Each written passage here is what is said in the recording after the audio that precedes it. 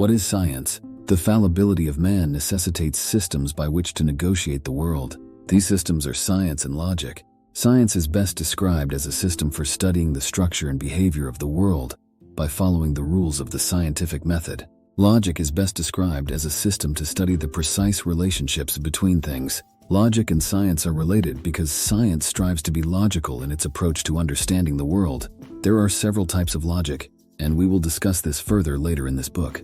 It is critical for me to stress that chivalric humanism is not a science. This is because chivalric humanism is a moral framework, and as I have explained in prior sections, morals are ideas, and ideas are not elements of the universe but instead a product of the human mind.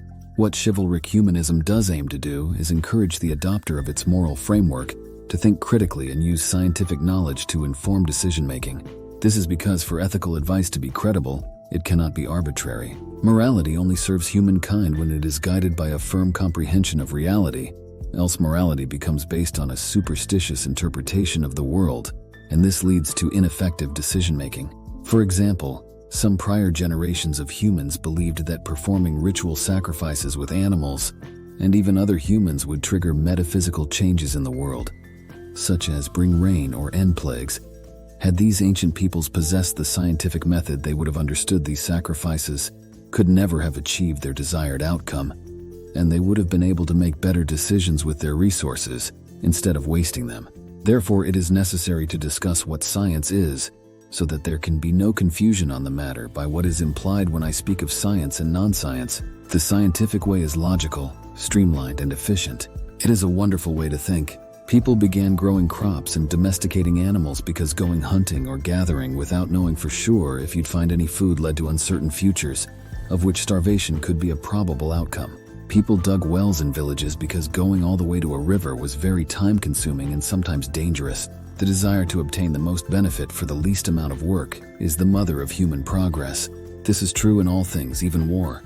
To fight easy and win easy is the path to certain victory. It is the route to success in everything we want to accomplish in our lives. Above all, science is evidence-based. Science makes assertions with evidence. It is a system that builds models based on the available evidence and then makes predictions. If evidence is found that contradicts the current model, then the model is changed regardless of how long that current model has been considered true. In science, there is no need to declare your understanding is complete, and there is always room for additional evidence to be considered. There are some people who form beliefs that things happen in the universe for magical reasons. This concept is often expressed as luck, but luck is merely doing the right thing at the right time and not understanding the reasons for why it was the right time. Scientists are those who seek to understand those reasons. To experience things for yourself before passing judgment is one of the tenets of chivalrous humanism. Experience helps bring about a true understanding of the world. Without an understanding of the world, one will never accept all aspects of it. Without being able to accept all aspects of it, you will never be content and will always be distracted by unnecessary desires and fears, which will only result in dissatisfactions which cause grief, hatred, and sorrow. This hinders a person from becoming enlightened, yet one need not personally experience certain things to understand the heart of them. You need not cut off your own leg in order to experience the challenges of losing a leg. Simulation using a wheelchair or a crutches is sufficient for a person to get a sense of what life with only one leg would be like. We can also rely on empirical data when the size of the data creates scientific consensus, though we must remember that on numerous occasions that one theory with widespread acceptance has been revealed erroneous due to mounting anomalies or counterexamples which appear over time, forcing the scientific community to discard one theory for another. Essentially, scientific inquiry demands that a person be willing to discard long-held ideas that turn out to be wrong. If a person is not willing to do this, then the scientific method will never be employable by them because they will not stay true to the steps. The scientific method. There are few things in this world that are one-size-fits-all solutions. The scientific method is one of these rare occurrences where the method always leads to the right solution. The only problem is that you must genuinely apply the method. This requires a firm grasp of logic and knowledge of the relevant subject the scientific method is being applied to. The scientific method is a method of procedure that has characterized natural science since the 17th century, consisting in systematic observation, measurement, and experiment, and the formulation, testing, and modification of hypotheses.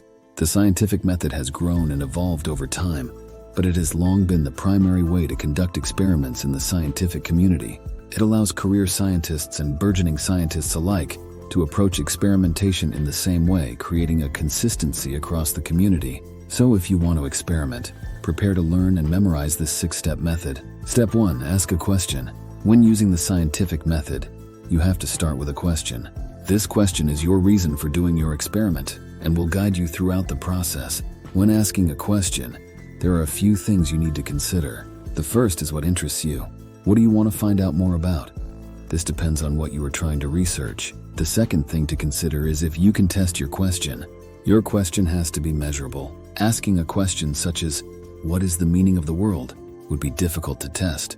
However, asking, "What do most people think the meaning of the world is something you can test. The third thing to consider is how your question is phrased. It should start with words like what, when, where, how, or why. Be careful that you don't phrase your question as a statement. The statement making will come later in the hypothesis step. Step 2.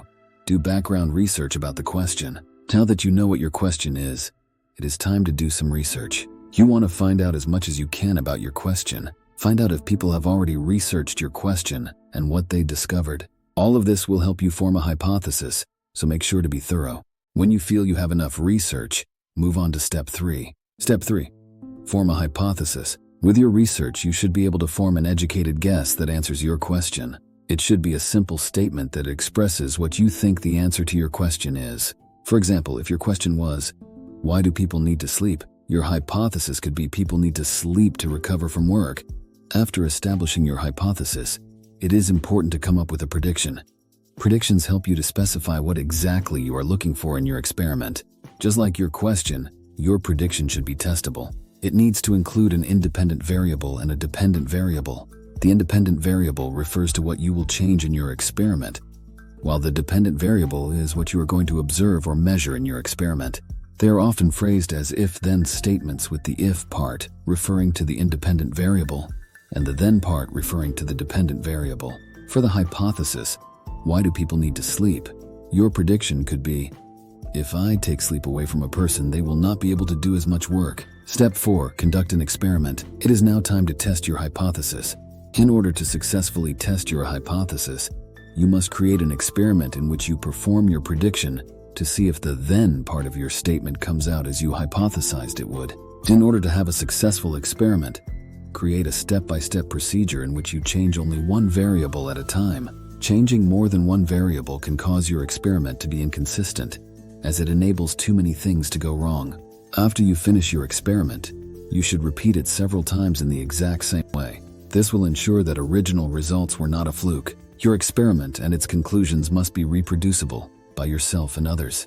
If it is not, then you have made a mistake in your experiment. Step 5. Analyze the data gathered during the experiment and form a conclusion. During your experiment, you must make sure you are writing everything down. Record any data and observations you encounter in the form of notes, journal entries, photos, charts, or graphs. How you record your data will depend on what works best in your experiment. Make sure to pay special attention to anything that could have affected your results, like unexpected surprises, environmental factors, or errors in your procedure. Once you finish your experiment and record all your data, it is time to analyze what happened. You have to look carefully at all the data you collected and ask yourself if this data supports or opposes your hypothesis and prediction. What happened that you weren't expecting? What happened that you were expecting?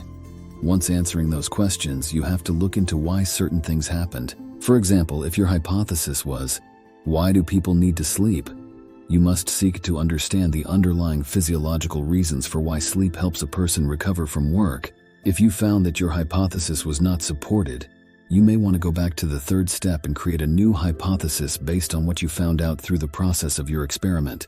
Adjust your original hypothesis based on the new information you uncovered, and then either create a new experiment or reuse your previous experiment to test it.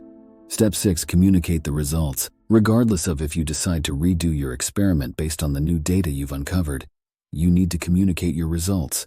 The scientific community grows and learns based on the results of experiments. There may be someone else contemplating the same question as you, and your results might help them in their pursuit of the question. When communicating your results to the greater community, you have to find where your information will fit best. It may be in an article in a scientific journal or a display board for a science fair. It depends on your information and where you are in your science career. Once you finish communicating your data, It's time to start all over again with a new question. Oftentimes you will end your experiment with more questions than you started, due to your uncovering of new information. In any science-related field, scientists are always experimenting, so it's important to get the scientific method down. This method will help you to answer any question you have about the world.